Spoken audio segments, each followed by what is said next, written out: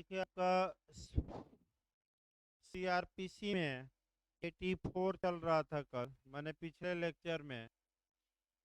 और 84 से भी आपका प्री में भी क्वेश्चन बना है और यूपी एपीओ मेंस में भी आपका फिर एक बार कंसेप्ट बनाया जाए तब 84 को शुरू किया जाए। 82 में आपका प्रोकोमलेशन यानी कि फरार व्यक्ति के लिए उद्घोषणा जारी होती है। फिर आपका उद्घोषणा के बाद कभी भी न्यायालय आपका कुर्की का आदेश दे सकता है कि ऐसे फरार व्यक्ति की चल या अचल संपत्ति को अटैच किया जाए। और वह पूरा कल मैंने पिछले लेक्चर में बताया गया कि सीआरपीसी की धारा 83। अब जब संपत्ति जब्त हो गई, अटैच हो गई, कुर्क हो गई, तो ऐसी दशा में आपका फिर दो भागों में इसको बांटना है। एक 84 बांटना है और एक 85। 85 भी आपका पूछा जाता है, 84 से भी क्वेश्चन।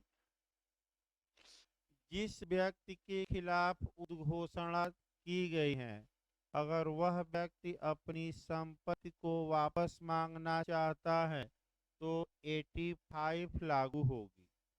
और जिस व्यक्ति के खिलाफ घोषणा नहीं की गई है लेकिन उसकी संपत्ति अगर गलती से कुर्क भी कर ली गई है, यानी कि उद्घोषित व्यक्ति से भिन्न व्यक्ति अगर अपनी संपत्ति को न्यायालय से रिलीज कराना चाहता है, वापस पाना चाहता है, तो सेक्शन कौन सा लागू होगा? 84। भाई पहले तो कंसेप्ट एकदम क्लियर रहना चाहिए कि 84 में कौन आवेदन देगा। उद्घोषित व्यक्ति देता है कि उद्घोषित से भिन्न व्यक्ति, तो उद्घोषित से भिन्न व्यक्ति और उद्घोषित व्यक्ति किस धारा के तहत आवेदन देता है? 85। ये कंसेप्ट क्लियर है। एक उदाहरण आपका बता दिया जाए तब 84 शुरू किया जाए। उदाहरण ये है कि मान लीजिए ए और दो भाई थे, ए और बी। ए के खिलाफ न्यायालय ने पहले गिरफ्तारी का वारंट जारी किया। ए गिरफ्तार नहीं हो पा रहा है या फरार हो गया है, तो 82 के तहत फरारी की घोषणा की गई। फिर 83 के तहत ये आदेशित किया गया कि ए की चल और अचल संपत्ति को कुर्क किया जाए। और 83 के तहत आपका एक की संपत्ति कुर्क की गई, लेकिन जब एक की संपत्ति कुर्क की जा रही थी तो न्यायालय के आदेश से बी की भी संपत्ति क्या हो गई? कुर्क। जबकि बी उद्घोषित व्यक्ति नहीं है, ये भिन्न व्यक्ति है, लेकिन एक के साथ साथ इसकी भी संपत्ति क्या हो गई है? कुर्क। तो जब बी वापस अपनी संपत्ति न्यायालय से मांगना चाहता है तो 84 लागू होगी। और जब उद्घोषित व्यक्ति वापस मांगना चाहता है तो किस धारा में प्रावधान है? 85। ये कंसेप्ट क्लियर है। अब सबसे पहले हम 84 देखेंगे कि उद्घोषित व्यक्ति से भिन्न व्यक्ति मांगना चाहता है कि मेरी संपत्ति वापस की जाए, तो एप्लीकेशन देगा और समय प्री में पूछा जाता है आपका कुर्की के कितने दिन के अंदर इसे न्यायालय में एप्लीकेशन दे देना चाहिए। तो वह कितना दिन है? 6 मंथ। तो आइए बेयर एक्ट देखा जाए, क्योंकि बेयर एक्ट की भाषा भाई और भी चीज़ें बताई जाएंगी। केवल 6 माह का ही नियम नहीं चलेगा, और भी 2-3 नियम है। देखिए 84। अब कुर्की के बारे में दावे और आपत्तियां, यानी कि क्लेम और ऑब्जेक्शन। यदि धारा 83 के अधीन कुर्क की गई किसी संपत्ति के बारे में उस कुर्की की तारीख से 6 मास के भीतर, यानी कि पहला नियम आया कि 80 आपका 4 के तहत कितने कुर्की की तारीख से कितने मास के भीतर एप्लीकेशन दिया जाएगा? 6 माह। प्री में कई बार बना है, गलत न हो। 6 माह के भीतर कोई व्यक्ति जो उद्घोषित व्यक्ति से भिन्न है, तो फिर एक बार कंसेप्ट बनाइए। अगर उद्घोषित व्यक्ति आवेदन देता है कि मेरी संपत्ति वापस करिए, तब 85 में, और उद्घोषित व्यक्ति से भिन्न व्यक्ति करता है तो 84 में स्पष्ट लिखा गया है कि आपका कोई व्यक्ति जो उद्घोषित व्यक्ति नहीं है, उद्घोषित व्यक्ति से क्या है, भिन्न व्यक्ति, तो को भिन्न है, इस आधार पर दावा या उसके कुर्क किए जाने पर आपत्ति कर सकता है कि दावेदार या आपत्तिकर्ता का उस संपत्ति में कोई इंटरेस्ट है, उस संपत्ति में कोई हित है, और ऐसा हित 83 के तहत कुर्क नहीं किया जा सकता। तो ऐसी दशा में न्यायालय उस आपत्ति या उस एप्लीकेशन की जांच करेगा, और या तो एप्लीकेशन या आपत्ति को पूर्णतः या अंशतः आपका स्वीकार करेगा या कर देगा क्या, खारिज। इसका मतलब कुल मिलाकर एक लाइन में हुआ कि जो भी आपका 84 का पहला खंड ये हुआ कि कोई ऐसा व्यक्ति है जो उद्घोषित नहीं है, उसकी संपत्ति भी कुर्क कर ली गई है, तो वह कुर्की के 6 माह के अंदर न्यायालय में एप्लीकेशन दे सकता है कि हजूर ये मेरी संपत्ति है, इसमें मेरा हित है, और ये हित कुर्क नहीं किया जा सकता, अतः मेरी संपत्ति को आप वापस करिए। तो न्यायालय ऐसे आवेदन की जांच करेगा, या तो आवेदन को पूर्णतः खारिज करे या अंशतः खारिज करे, या आपका अंशतः स्वीकार करे और अंशतः क्या करे, इनकार। पूर्णतः खारिज का मतलब, मान लीजिए 4 चीजें मांगा, तो पूर्णतः खारिज मतलब कि एक भी चीज न्यायालय ने नहीं दिया और कहा कि तुम्हारा कोई हित नहीं है, और पूरा आवेदन खारिज। अंशतः का मतलब हुआ कि 4 चीजें वापस मांगा, तो 2 चीजें तो न्यायालय वापस दिलवा दिया, और 2 चीज वापस दिलवाने से क्या कर दिया, इनकार। भाई कुछ भी हो सकता है, पूरा भी इनकार किया जा सकता है और आधा भी। आगे देखिए, परंतु इस उपधारा द्वारा अनुज्ञात अवधि के अंदर किए गए किसी दावे या आपत्ति को दावेदार या आपत्तिकर्ता की मृत्यु की दशा में उसके विधिक प्रतिनिधि द्वारा चालू रखा जा सकता है। यानी कि अगर इस उदाहरण में बी मर गया, बी दावा कर दिया था, तो क्या बी के लीगल रिप्रेजेंटेटिव यानी कि विधिक प्रतिनिधि उस दावे को आगे बढ़ा सकते हैं कि नहीं? तो कानून कहता है कि बढ़ा सकते हैं। अब विधिक प्रतिनिधि कौन होगा, ये आपका सीआरपीसी में नहीं बताया गया है, लेकिन सीपीसी में जरूर बताया गया है, धारा 211। तो विधिक प्रतिनिधि पूछा भी गया है, लीगल रिप्रेजेंटेटिव किससे रिलेटेड होता है, ब्लड से कि प्रॉपर्टी से? तो ब्लड से ना मार दीजिए, किसे? यानी कि मृतक की प्रॉपर्टी को कौन पाएगा, वहीं उसका क्या होगा, लीगल रिप्रेजेंटेटिव।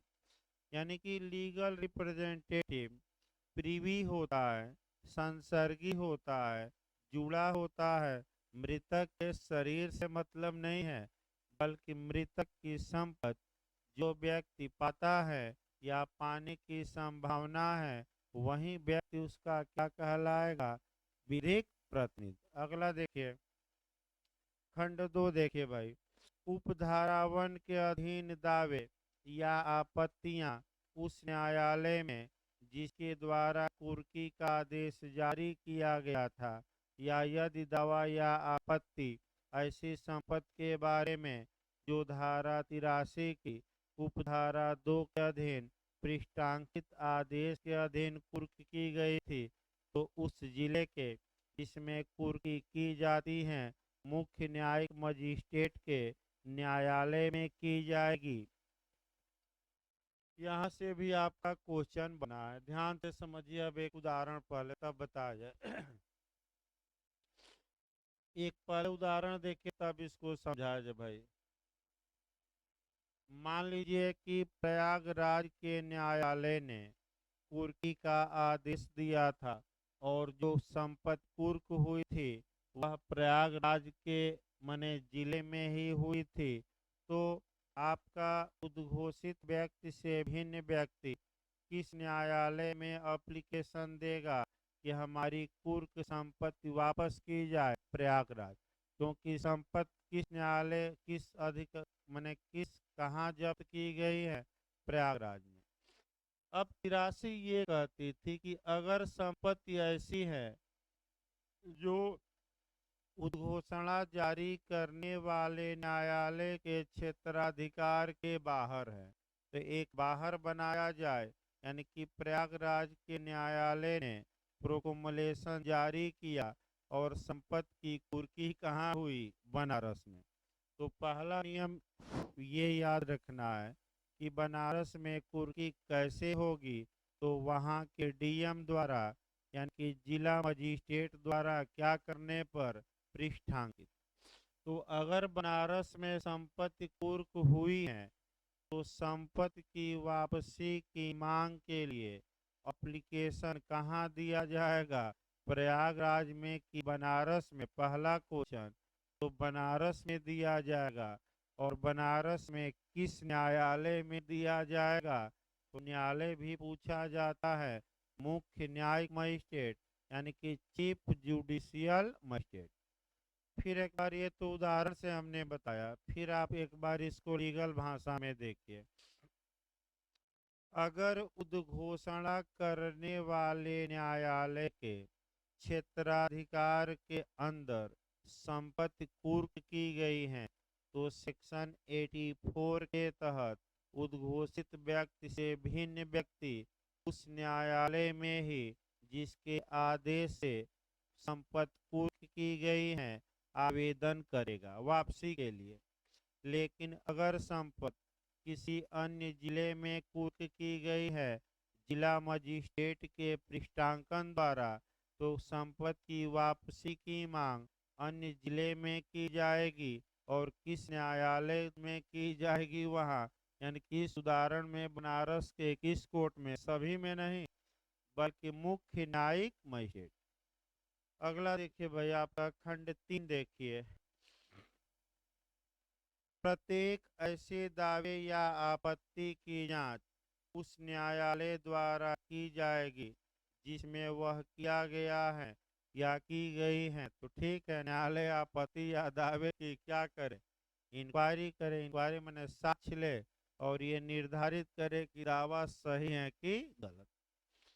परंतु यदि वह मुख्य न्यायिक मजिस्ट्रेट के न्यायालय में किया गया है तो वह उसे निपटाने के लिए अपने किसी सबॉर्डिनेट या अधीनस्थ मजिस्ट्रेट को भी सौंप सकता है। यानी कि सीजीएम के यहाँ किया गया है तो सीजीएम या तो फर्स्ट क्लास जुडिशियल मजिस्ट्रेट या अपर सीजीएम या द्वितीय वर्ग न्यायिक मजिस्ट्रेट को भी सौंप सकता है कि आप ही इस मामले को क्या करिए? निपटाइए। तो फिर याद रखिए मुख्य न्यायिक मजिस्ट्रेट के हैं कब दावा या आपत्ति की जाएगी? जब जो कुर्की हुई हो वह उद्घोषणा करने वाले न्यायालय के क्षेत्राधिकार के बाहर हो कि क्षेत्राधिकार में? हाँ, क्षेत्राधिकार के क्या हो? बाहर। इसके बाद चौथा खंड भी आपका पूछा जाता है, सतर्क रहना, कई बार पूछा गया है।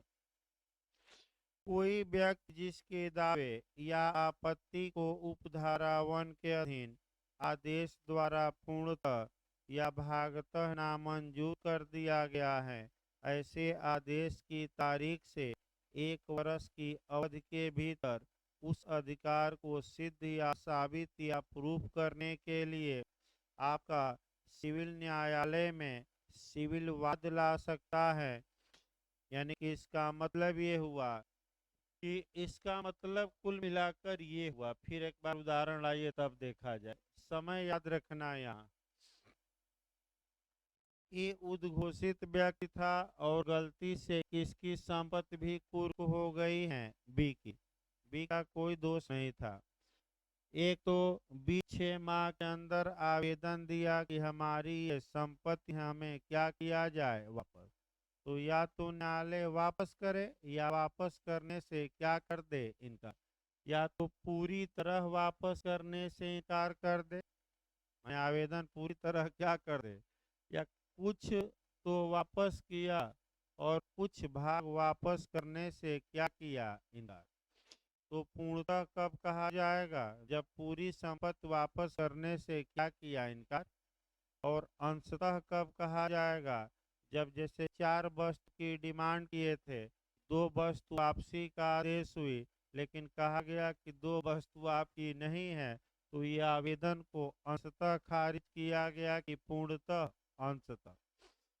अब ऐसा व्यक्ति सिविल न्यायालय में जा सकता है, यानी कि ऐसा व्यक्ति अपने टाइटल या स्वामित्व या हक को साबित करने के लिए सिविल न्यायालय का सहारा ले सकता है और सिविल वाद दायर कर सकता है सिविल न्यायालय में, लेकिन नामंजूरी के आदेश के कितने दिन के अंदर जा सकता है ये पूछा जाता है, तो गलत ना हो, कितने दिन के अंदर, 1 वर्ष।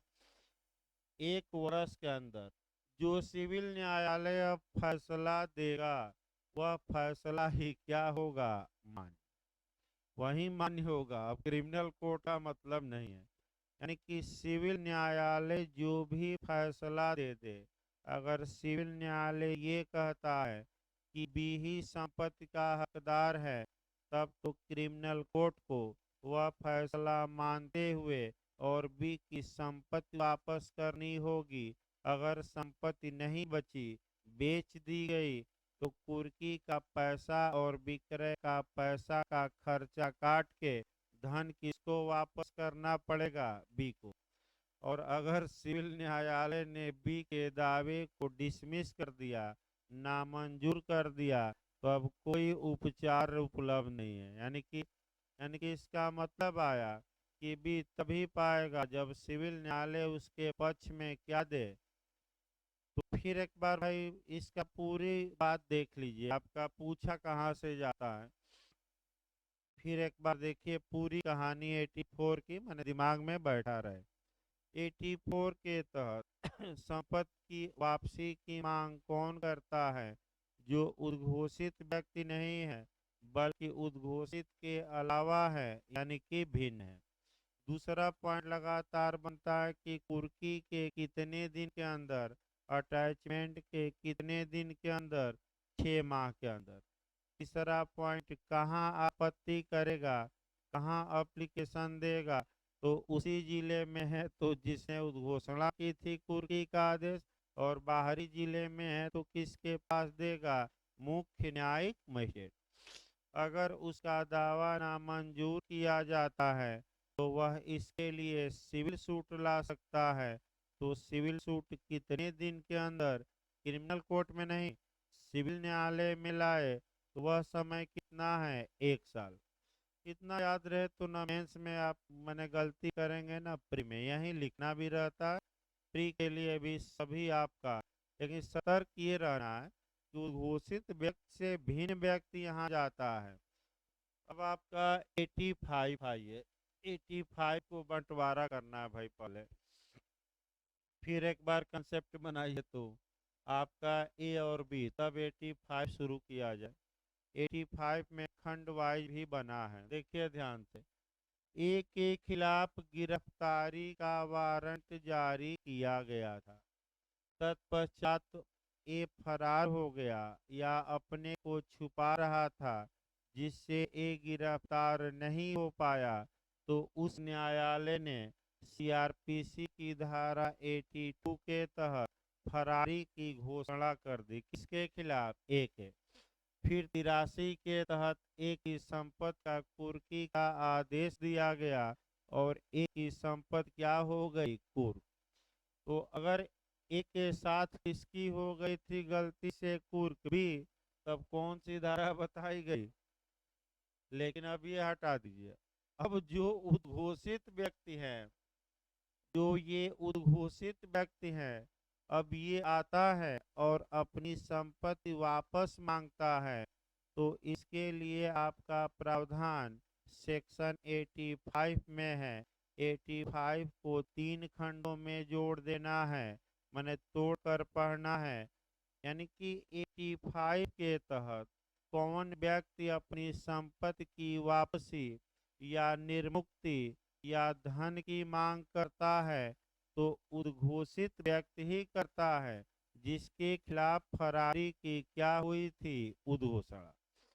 तो आपका 85 में 3 खंडों में पहले बांट लेना है, तब पढ़ा जाता है भाई। 85 को आप कितने खंडों में बांटेंगे? 3 खंडों में।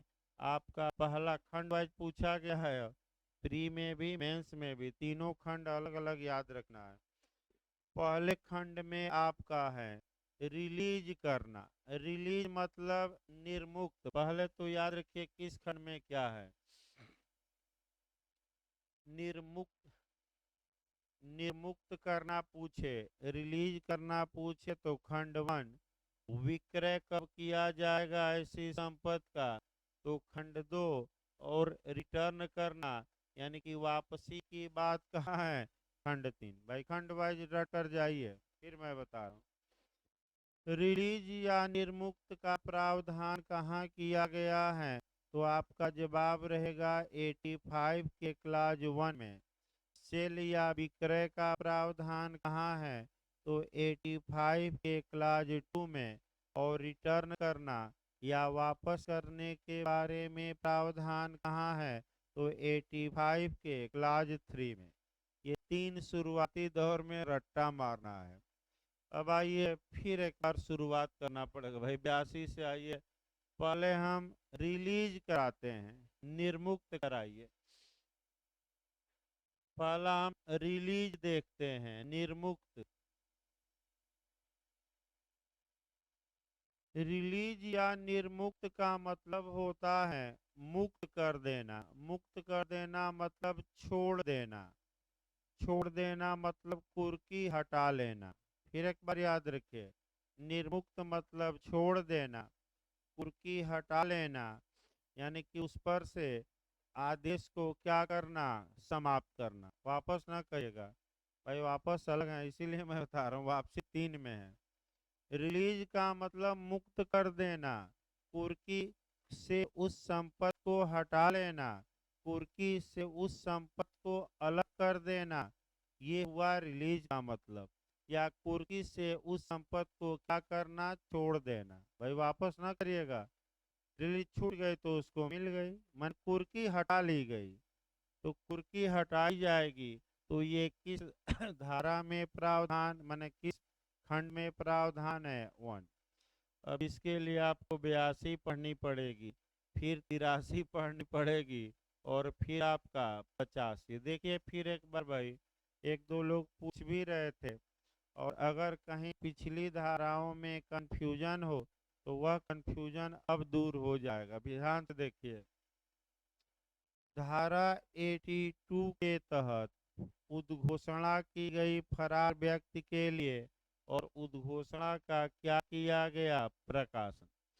और प्रकाशन में एक डेट डाली जाएगी जो उद्घोषणा के प्रकाशन के कितने दिन की बाद की होगी, 30 दिन के 30 दिन के बाद की होगी। ये आपका पहला नियम मिला, इसमें तो कोई शक नहीं है ना। दूसरा नियम देखिए, 83 कहती थी कि उद्घोषणा का जब प्रकाशन हो गया, तो प्रकाशन के बाद कभी भी, चाहे 1 सेकंड बाद या 2 मिनट बाद या 2 दिन बाद, उद्घोषणा के प्रकाशन के बाद कभी भी न्यायालय ऐसे उद्घोषित व्यक्ति के चल या अचल संपत्ति को कुर्क करने का आदेश दे सकता है।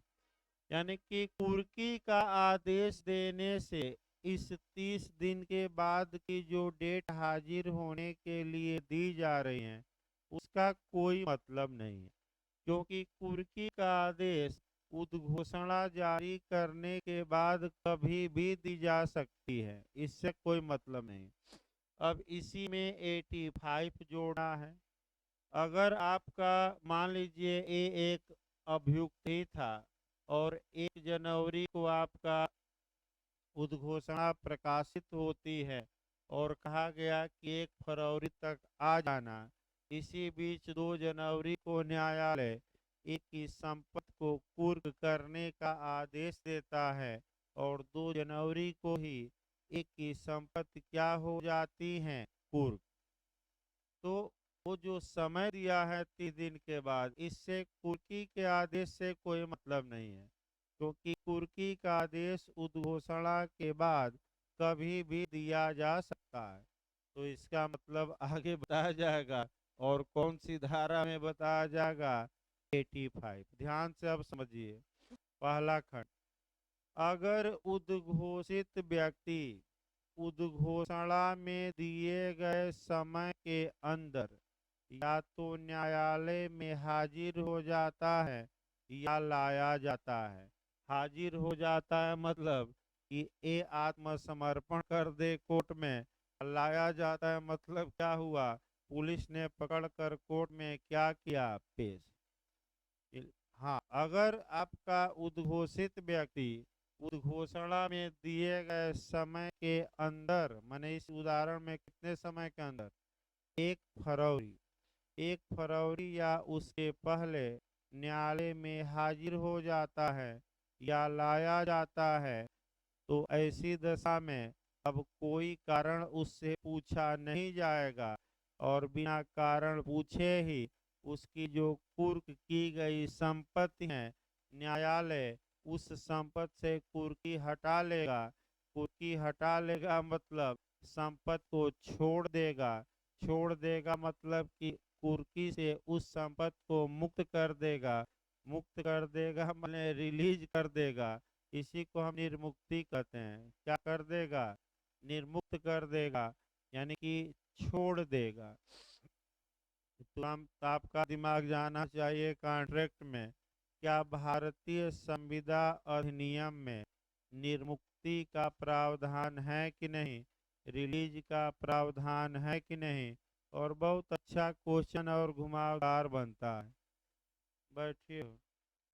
मैंने इतना घुमा देता है क्वेश्चन आपका संविदा नियम में भी कि हालत खराब कर देता है। उससे कठिन कोई क्वेश्चन नहीं बनता संविदा नियम में।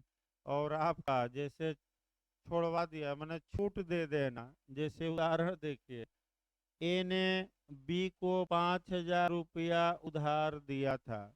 तो ए कहता है कि हे बी, 2,000 मैं तुम्हें छोड़ दे रहा हूँ, तुम कितना वापस केवल करना, 3,000। तो ये 2,000 क्या कर दिया, ए ने मुक्त कर दिया कि जाओ हम वसूलेंगे नहीं। लेकिन यहाँ उल्टा, यहाँ आपका पैसा रुपया का मामला नहीं।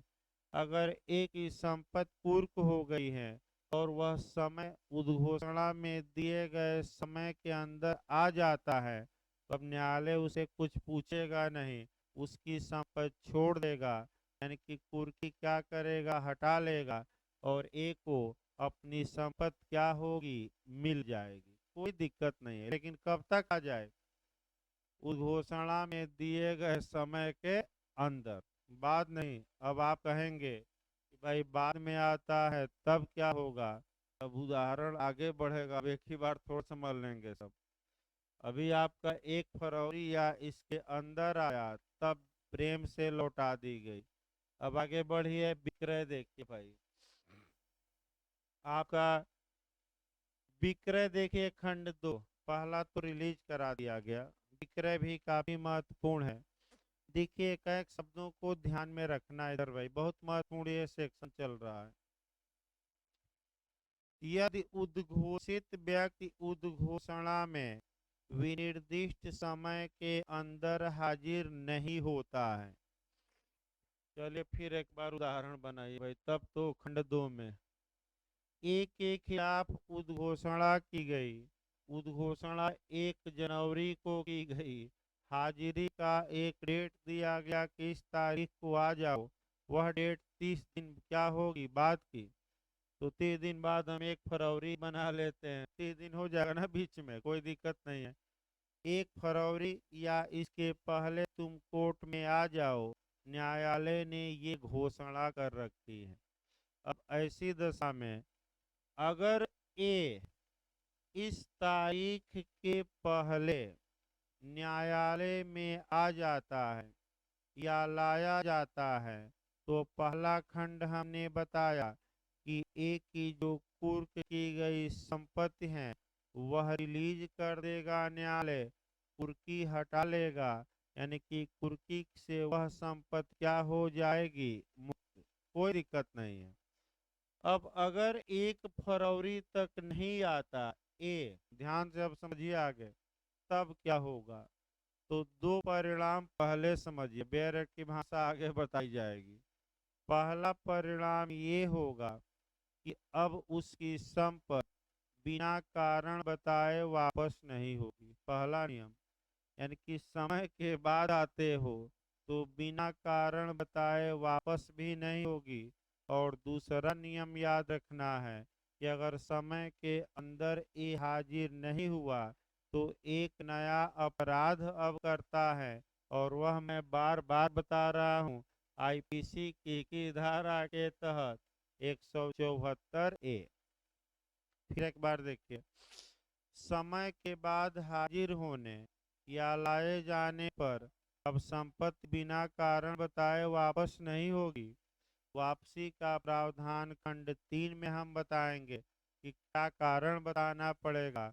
और दूसरा, ऐसा व्यक्ति एक नया अपराध कर बैठा है और वह अपराध आईपीसी की किस धारा के तहत, 174 ए। अगर 82 की उद्घोषणा थी समय के अंदर नहीं आया तो 3 साल का दंड पाएगा, और 82 4 की उद्घोषणा थी तो कितने साल का, 7 साल। ये नया अपराध कर बैठा। तो आगे बढ़िए, इसके आगे बढ़ाया जाए भाई नियम। अभी तो बेचवाना है ना, वापसी तो भाई तीसरे खंड में आएगा। फिर ये अगला शब्द देखिए, यदि फिर एक बार हम देखते हैं बेरेक। यदि उद्घोषित व्यक्ति उद्घोषणा में विनिर्दिष्ट समय के अंदर हाजिर नहीं होता तो कुर्क संपत्ति राज्य सरकार के बयानाधीन होगी, यानी कि राज्य सरकार के डिस्पोजा पर होगी, बयानाधीन होगी। और उसका विक्रय कुर्की की तारीख से 6 मास का अवसान हो जाने पर तथा धारा 84 के अधीन किए गए किसी दावे या आपत्ति का उस धारा के अधीन निपटारा हो जाने पर ही किया जा सकता है। किंतु भी काफी महत्वपूर्ण है, यदि वह शीघ्र और प्रकृतिया क्षयशील है या न्यायालय की राय में या न्यायालय के विचार में विक्रय करना स्वामी के फायदे के लिए होगा, तो इन दोनों दशाओं में से किसी में भी न्यायालय जब कभी ठीक समझे उसका विक्रय कर सकता है। यानी कि काफी महत्वपूर्ण पॉइंट इसमें दिए गए हैं। आपका मैं फिर बता दूं, काफी महत्वपूर्ण पॉइंट दिए गए हैं, भले आप न समझ पाए लेकिन एक एक पॉइंटों को तोड़ा जाए। सबसे पहले आपका तोड़ना है, टेक्निकल क्वेश्चन बनते हैं, देखिए वहीं से मैं निकालूंगा। पहला क्वेश्चन ये आया कि सामान्यतः कुर्क की गई संपत्ति कब बेची जाएगी, तो कितने मास के बाद बेची जाएगी, 6 मास। भाई सामान्यतः कोई कुर्क, सामान्यतः मैं बता रहा हूँ जनरली, ये नहीं कि अभी इसका बाद भी बताऊंगा। सामान्यतः कोई प्रॉपर्टी जो अटैच कर ली गई हो, अटैच के बाद कितने दिनों के अंदर उसे बेचा जा सकेगा, तो 6 में कितने दिनों बाद बेचा जाएगा सामान्यतः, तो 6 माह बाद। अब आपको दिमाग ये लगाना है कि आखिर ये 6 माह का नियम क्यों दिया गया, कि 6 माह बाद ही सामान्यतः बेची जाएगी। ये इसलिए दिया गया कि अगर कोई व्यक्ति दावा करना चाहता है जो उद्घोषित व्यक्ति से भिन्न है, इस आधार पर करना चाहता है कि मेरी भी संपत्ति न्यायालय ने कुर्क कर ली, तो 84 में उसे कितना समय दिया गया है? 6 माह। यानी कि हो सकता है कि भाई कोई व्यक्ति न्यायालय में आ जाए और कितने दिनों के अंदर आ जाए? 6 माह। और कहे कि मैं उद्घोषित व्यक्ति नहीं था, मेरे खिलाफ उद्घोषणा नहीं थी और न्यायालय के आदेश से मेरी संपत्ति भी क्या हो गई है? कुर्क।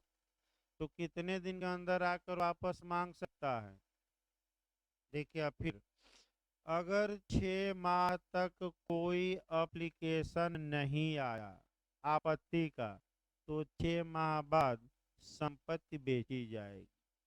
अगर 6 माह के अंदर 84 के तहत, यानी कि धारा 84 के तहत आपत्ति आ जाती है, तो अब भी विक्रय रुक जाएगा। कब तक रुका रहेगा? जब तक कि न्यायालय उस आपत्ति पर फैसला न दे दे। यानी कि इसका मतलब ये हुआ कि एक की संपत्ति कुर्क हो गई और आपका ये चाहता है कि ये विक्रय रुक जाए, अभी मैं कोर्ट में हाजिर नहीं होऊंगा, तो अपना साथी बी से एक एप्लीकेशन न्यायालय में दिलवाए और भी डिमांड करे कि ये जो कुर्क की गई संपत्ति है ये मेरी है और 84 के तहत मुझे क्या किया जाए? वापस। तो जैसे ही भी आपत्ति कर देता है, कितने माह के अंदर? 6 माह के अंदर। क्या अब विक्रय होगा कि रुक जाएगा? बताइए तो। हाँ, रुक जाएगा जिस पर आपत्ति किया है। अब विक्रय कब होगा? जब आपत्ति का क्या कर दिया जाए? निस्तारण। एक विक्रय रुकवाने का तरीका है कि किसी से क्या डलवा दीजिए? एप्लीकेशन। तो विक्रय अब कब होगा? जबकि उस आपत्ति या आवेदन का क्या कर दिया जाए? निपटारा। ये जो विक्रय होगा, ये धन का हकदार कौन होगा? अगला प्रश्न। तो धन का हकदार कौन होगा? लिखा गया ना, किसके बयानाधीन होगी? राज्य सरकार। यानी कि धन कौन पाएगी विक्रय के बाद? राज्य सरकार।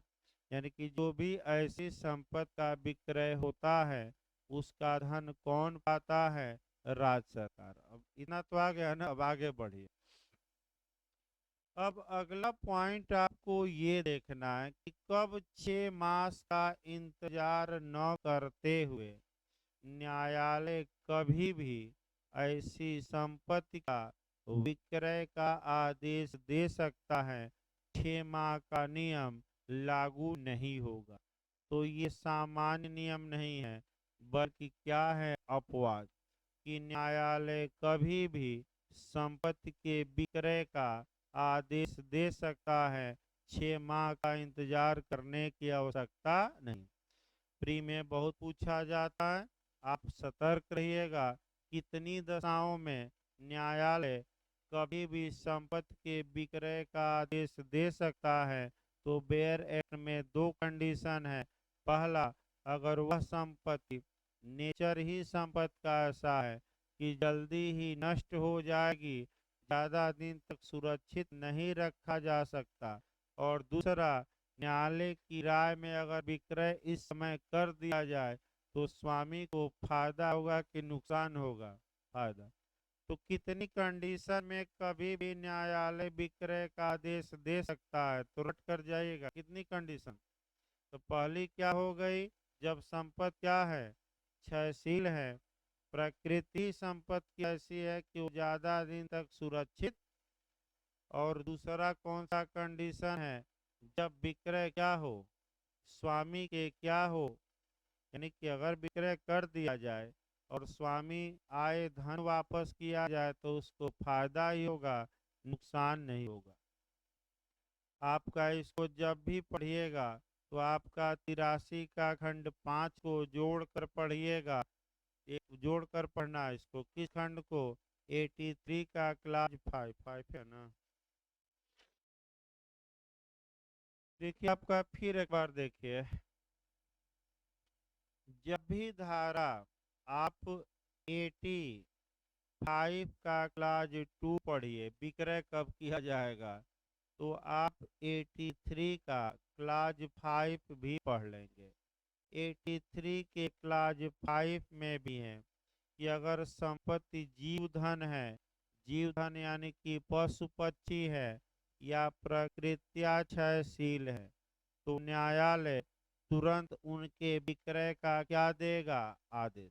फिर एक बार समझिए, यानी कि अगर संपत्ति क्षयशील है या पशुधन है, जीव धन है, तो तुरंत उसके विक्रय का न्यायालय आदेश दे सकता है।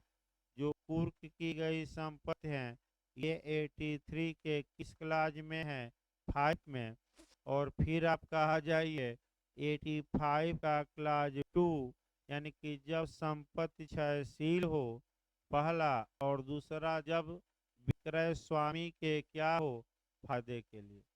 यानी कि आपका दो कंडीशन है जहाँ की 6 माह का इंतजार नहीं किया जाएगा। अब आइए तीसरा कंडीशन देखा जाए भाई। आपका पहला खंड हो गया निर्मुक्त करना, दूसरा हो गया कब कुर्क की गई संपत्ति विक्रय की जाएगी, और तीसरा खंड कब रिटर्न की जाएगी, कब वापस की जाएगी। तो वापसी भाई बहुत खतरनाक है। आइए तीसरे खंड में एक एक शब्दों को देखा जाए। फिर एक बार देखें, अगर उद्घोषणा में दिए गए समय के अंदर वह व्यक्ति न्यायालय में आ जाता है तो बिना किसी कारण बताए उसकी संपत्ति रिलीज होगी। वापस ना कहिएगा, क्या होगी? रिलीज होगी। 85 के किस क्लाज में?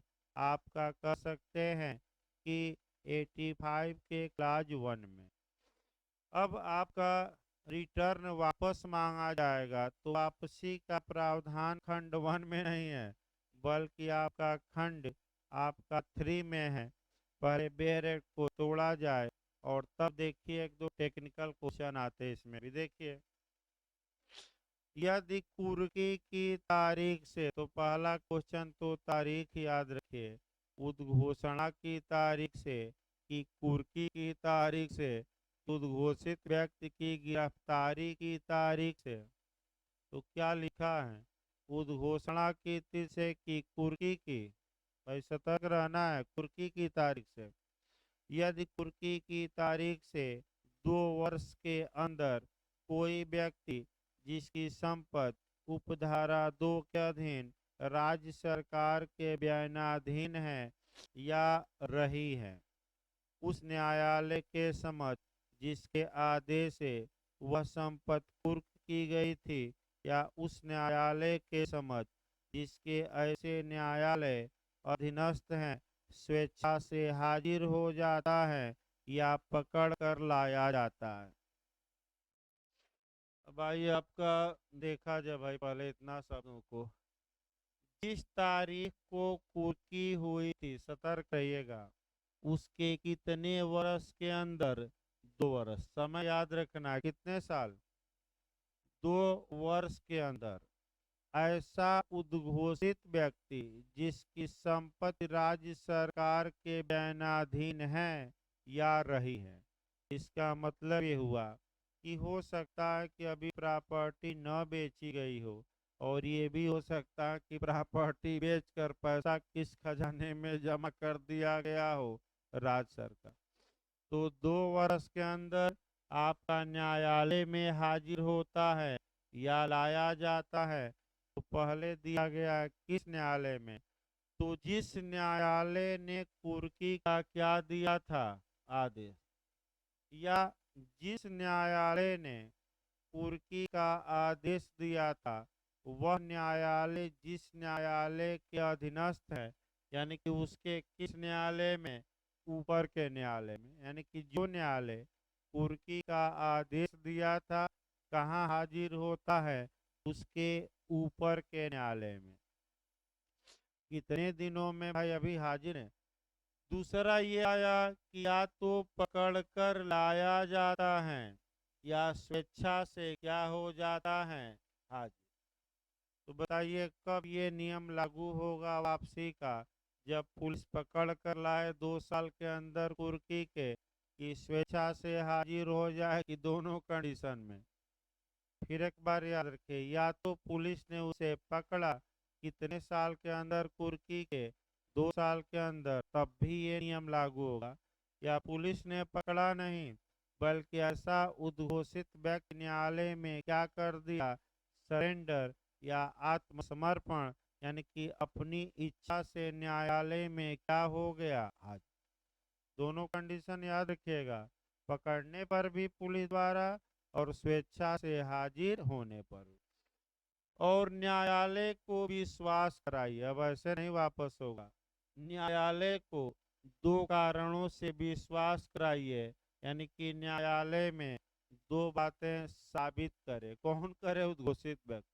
पहली बात ये करे कि हमें उद्घोषणा का ज्ञान प्राप्त नहीं था, यानी कि न्यायालय में ये साबित करे कि न्यायालय धारा 82 के तहत हमारे खिलाफ उद्घोषणा कर चुका था, इसका नॉलेज हमें नहीं था। अगर नॉलेज रहता तो मैं हर हाल में कोर्ट में क्या होता, आ जाता। केवल इतने से नहीं होगा, दूसरी बात भी इसके साथ आपका मैंने सिद्ध करनी पड़ेगी कि हम अपनी गिरफ्तारी से बचने के लिए फरार नहीं हुए थे, यानी कि हम अपने अरेस्ट से बचने के लिए फरार नहीं हुए, बल्कि अन्य कारणों से हुए। तो एक उदाहरण भाई एक दो देखिए बुलडोजर बाबा पर। भाई कोई भाई नाराज ना हो, कई आपका अंध भक्त भी रहते हैं, परम भक्त भी रहते हैं, विरोधी भी रहते हैं, आपका कोई तटस्थ भी रहता है। तो उदाहरण को उदाहरण के रूप में लिया जाए, कोई ये नहीं। मान के चलिए आपका बुलडोजर बाबा पर देखा जाए एक उदाहरण। अब बुलडोजर बाबा भी आपका कल ही पेपर में निकला था कि बुलडोजर बाबा के खौफ के कारण 50 अपराधी सरेंडर कर चुके हैं। कई अपराधी आपका दफ्ती लिखकर गले में टांग कर कोर्ट में आए कि मुझे मेरा इनकाउंटर न किया जाए। आपका बुलडोजर बाबा की पुलिस द्वारा ये नहीं लिखा था भाई, अपने मन से बताया जा रहा है। मैं स्वेच्छा से क्या कर रहा हूँ, आत्मसमर्पण। तो अब इसी में एक देखें, मान लीजिए एक अपराधी था, उसके खिलाफ आपको उद्घोषणा हुई 82 में, और वह जाकर दिल्ली में फरार हो गया कि कहीं बुलडोजर बाबा इनकाउंटर न करवा दें। इधर उद्घोषणा भी हो गई, इधर उसकी संपत्ति कुर्क भी हो गई, सब कुछ हो गया।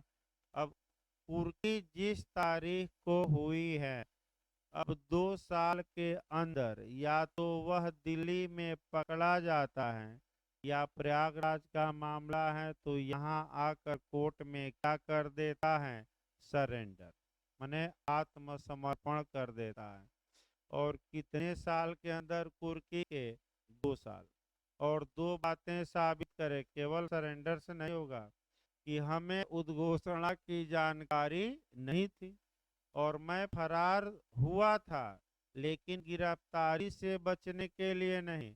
ये विरोधी सरकार थी, विरोधी सरकार से मुझे जान का क्या था खतरा, ये कब बबवा ठुकवा देगा कोई भरोसा नहीं था, क्योंकि राण साण सन्यासी का कोई भरोसा नहीं होता, कानूनन भी नहीं होता। याद रखिए, बनारस में साणों का भी कोई भरोसा नहीं है, किस गली में आपका कब पलट दें, जाकर देखिए बनारस में आपका, वहाँ आपका वही की कहानी है, राण साण सन्यासी। और आपका अब तो भाई आपका वाटर फिल्म भी बनी है उस पर, आपका वाटर फिल्म भी बनी है, जाकर देख सकते हैं। काफी बनारस में विरोध भी हुआ था, लेकिन बनाकर ही माना गया, वो अलग बात है। यानी कि फिर आगे बढ़ा जाए, देखिए फिर एक बार भाई, यानी कि 2 कारणों से संतुष्ट करना पड़ेगा, एक नहीं कि मुझे उद्घोषणा की जानकारी नहीं थी और मैं गिरफ्तारी से बचने के लिए फरार नहीं हुआ। अगर ये दोनों कारण कोर्ट में वह साबित कर दे, कुर्की की तारीख से 2 साल के अंदर आकर, तब ऐसी दशा में अगर संपत्ति बेच दी गई है तो धन वापस होगा और कुर्की और विक्रय का पैसा काट कर होगा। और अगर संपत्ति अभी नहीं बेची गई है तो कुर्की का खर्चा काट के और संपत्ति क्या की जाएगी, रिटर्न। फिर एक बार देखिए, अगर बेच दी गई है तो भाई धन राज्य सरकार के पास है, खर्चा काट के क्या किया जाएगा वापस। और नहीं बेची गई हैं तो संपत्ति ही रिटर्न की जाएगी, लेकिन कुर्की में लगे खर्चे को क्या किया जाएगा। निकाल दीजिए उसको, देखिए वो हवा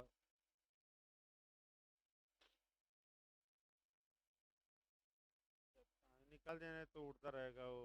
अब असल बात हवा भी तो तेज। हाँ, रख दीजिए नीचे।